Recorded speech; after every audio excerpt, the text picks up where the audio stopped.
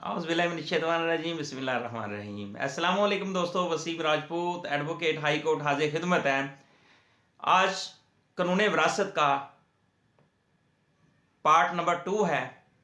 पिछले लेक्चर में मैंने ये अर्ज किया था कि अगर बाप फौत हो जाता है तो उसकी प्रॉपर्टी का मालिक कौन है, बेटे को क्या मिलेगा, बेटी को क्या मिलेगा, अगर बेटी फौत हो जाती है तो क्या होगा, अगर बेटा फौत हो जाता है तो क्या होगा, अगर दादा दादी जिंदा हैं तो क्या होगा। आज पार्ट 2 है। पार्ट 2 में कि बेटी की जायदाद अगर है वालदैन का उसमें क्या हिस्सा है। इस तरह के एक आंसर भी आया था कि बाप जो होता है अगर उसकी ज़िंदगी में उसकी बेटी फौत हो जाती है, अगर वो बेटी साहिब जायदाद है तो उसमें से बाप का क्या हिस्सा है, अगर माँ जिंदा है तो माँ का क्या हिस्सा है। तो कानून विरासत में अगर बेटी की औलाद है, बच्चे हैं, शादीशुदा थी, उसके बच्चे हैं, वो फौत हो जाती है, उसके माँ बाप जिंदा हैं, तो वालदैन के लिए जायदाद का जो 1/6 हिस्सा होगा वो अपनी बेटी के हिस्सा में से 1/6 हिस्सा माँ बाप वारिस हैं। अगर वालदैन में से माँ हो तो फिर भी वो 1/6 लेगी, अगर बाप है तो फिर भी 1/6, दोनों जिंदा है तो 1/6 होगा।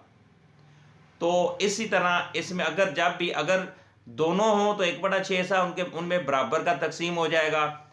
तो मोस्टली माशरे के अंदर बेतहाशा इस तरह के सवाल उठते हैं कि बेटी की औलाद थी, लिहाजा वो सारी की सारी प्रॉपर्टी उसको मिल गई, लेकिन उस बच्ची के, उस लड़की के, उस बेटी के अगर माँ बाप जिंदा हैं, उसके मरने के बाद वो माँ बाप कानूनी तौर पर भी उस प्रॉपर्टी के वारिस होते हैं, उनको 1/6 हिस्सा मिलेगा। अगर बाप फौत हो जाता है तो बाप की प्रॉपर्टी में से बेटी हिस्सा लेती है।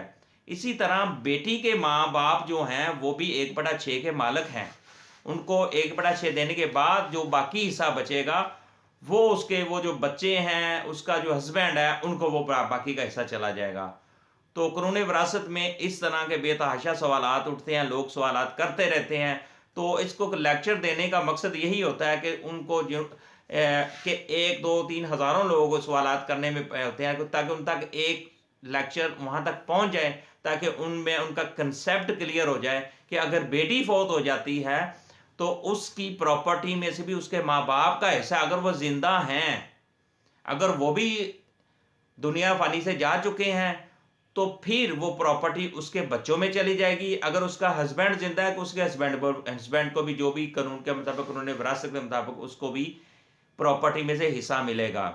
दोस्तों, लेक्चर को आप सुनने के पहले और सुनने के बाद अगर आप सेटिस्फाइड होते हैं तो मजीद इसको एक वेलफेयर है, मैं एक लेक्चर को वेलफेयर की सूरत में लेक्चर देता हूं, ताकि एक आम इंसान को भी विरासत का पता होना चाहिए, विरासत की तकसीम कैसी होती है। इस तरह हज़ारों रिश्तेदार जो होते हैं वो प्रॉपर्टी को हजम कर लेते हैं और मुख्तलिफ हिबानामा, वसीयतनामा एंड वगैरह वगैरह ऐसे डॉक्यूमेंट्स बना लेते हैं।